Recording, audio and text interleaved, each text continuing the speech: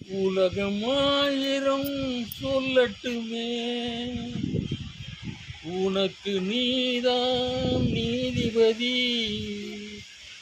மனிதன் எதையோ பேசட்டுமே, உன் மனசை பார்த்துக்க நல்லபடி, உன் மனசை பார்த்துக்க நல்லபடி.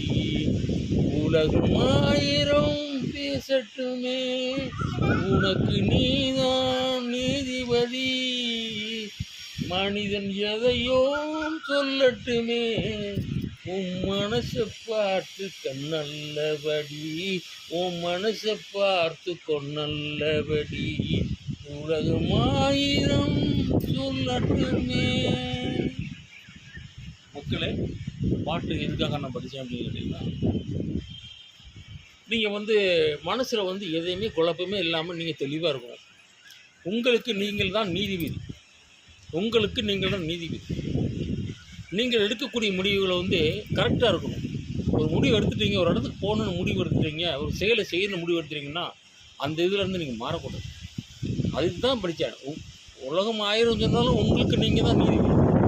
நீங்கள் தான் அந்த முடிவை கரெக்டாக எடுக்கணும். முடிவை எடுக்கிறவர் தான் அந்த நீதிபதிங்கிறவர். அதனால் நீங்கள் எப்போவுமே உங்கள் தெளிவான முடிவை எடுத்தீங்கன்னா நிச்சயமாக வெற்றி கிடைக்கும். உலகம் ஆயிரம் சொல்லணும், அதுதான் உலகம் ஆயிரம் சொல்லட்டுமே, மனிதர்கள் ஆயிரம் சொல்லட்டுமேன்னு சொன்னேன். மனிதன் ஒவ்வொரு தரம் ஒவ்வொரு மாதிரி பேசிக்கிட்டே இருப்பேன். அவனுக்கு அதே வேலை. நீங்கள் அதெல்லாம் கண்ணுக்கிடவே செய்யாதீங்க. அவன் பாட்டுக்கு பேசிக்கிட்டு போகிற அந்த காதில் வாங்கி இந்த காதில் விட்டுக்கிட்டு போயிட்டே இருங்க. அதுதான் உங்கள் வாழ்க்கை சிறப்பாக. இந்த பாட்டினுடைய கருத்தே அதுதான் மெயினாக சிவாஜி கணேசன் ஒரு பாட்டில் ரொம்ப அருமையாக பாடிட்டு அதான் அந்த பாட்டை பிடிச்சி அதுக்குள்ளே நான் ஒரு சின்ன கருத்தை தான் சொல்லியிருக்கேன். இதை நீங்கள் நம்ம என்னமோ பெருசாக பேசுகிறேன்னு நினச்சிக்கிட வேண்டாம்.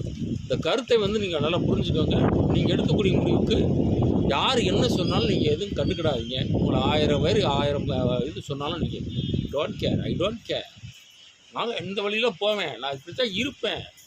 அதாவது நான் இப்படி தான் இருப்பேன்னா கரெக்டான லெவலில் இருப்பேன்னுக்கு தான் முக்கியம். நீங்கள் இப்படி தான் இருப்பேன்னா தவறாக சொல்லக்கூடாது. நல்ல விதமாக முடிவை நான் இப்படி எடுப்பேன் அப்படின்னு சொல்லிட்டீங்கனால அதே உங்களுக்கு வாழ்க்கையில் மிகச்சிறந்த ஒரு நல்ல உதாரணமாக அமையும். நன்றி. நான் உங்களுக்கு